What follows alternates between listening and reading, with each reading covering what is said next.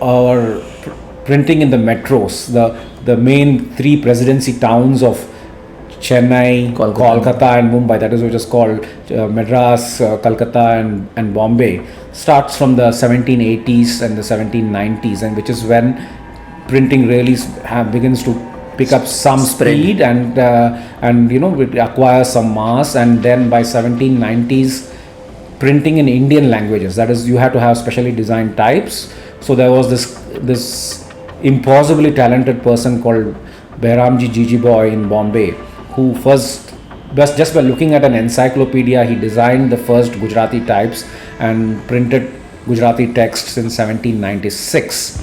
Behramji Jijiboy means BJ Medical, the same? No. The name is very common. So this is a totally different person. Okay. And he didn't stop at Gujarati. In 1799, he designed the first Malayalam type. And the first Malayalam text was printed in 1799 in Bombay using types designed by Behramji Jijiboy.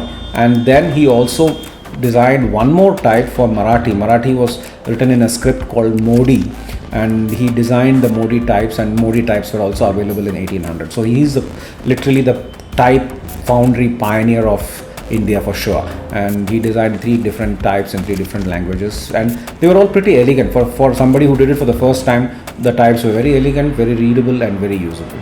No. So when did print come into Mumbai or the western part of India? Okay. So the first evidence of, the western part of India, obviously Goa also is included, but if you exclude Goa, okay. The first evidence of printing press coming to this part of the world is in 1674, when a Gujarati businessman called Bhimji Parekh orders a press from London, and it arrives with a printer. And he wanted to print what the records call the Brahmini writings, which is basically writing in Devanagari or Gujarati script. But they tried to design the types, but I think they were unsuccessful, and therefore that printing press was not exactly a success. And the printer finally departed back to the UK after 5 years. Okay. So that was the first time a printing press came here. But by the 1750s, I think that there were a couple of printing presses functioning in Bombay, and they were printing the usual, forms, custom receipts and those kind of things.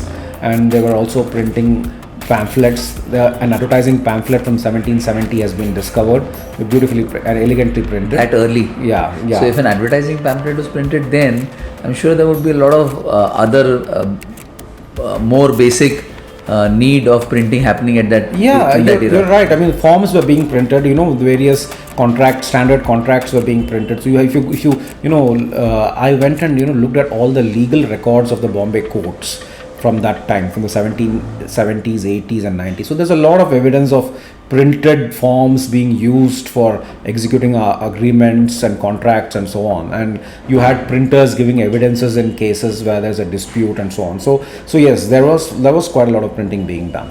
So in those times, it was during the British rule. So the printers or the printing presses were owned by Indians, or they were owned by the Britishers? Okay, the first evidence, this is again from the court records which I discovered. So the first evidence of a printing press being sold from one person to another. So the seller was an Indian. So there's a person called Pestanji Bomanji who came from a very rich family, the Wadia family, which was the Wadia shipbuilding family, which achieved quite a lot of fame by then.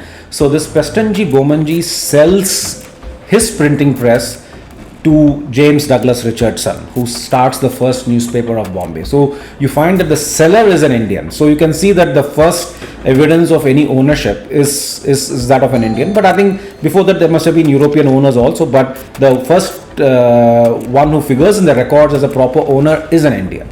So whether he acquired the press from some other European and whether he imported the press, I'm not be able to say right now. But so there is evidence of Indian ownership of presses. But this was before presses were regulated. But once the East India Company began to realize that the newspaper printing started in 1790 in Bombay, it realized that it's a double-edged sword. Anything could be printed, and there were Indians who could learn, who knew English, who could then translate material into Marathi or Gujarati, and it could go to, you know, the various other kingdoms and so on and so forth. So they were very, you know, hesitant to let go of press control. So it was a regulated industry earlier during the British rule. It was highly regulated. I mean, literally every newspaper was checked before it was published. Every article was checked. So you had a censor whose job was to do.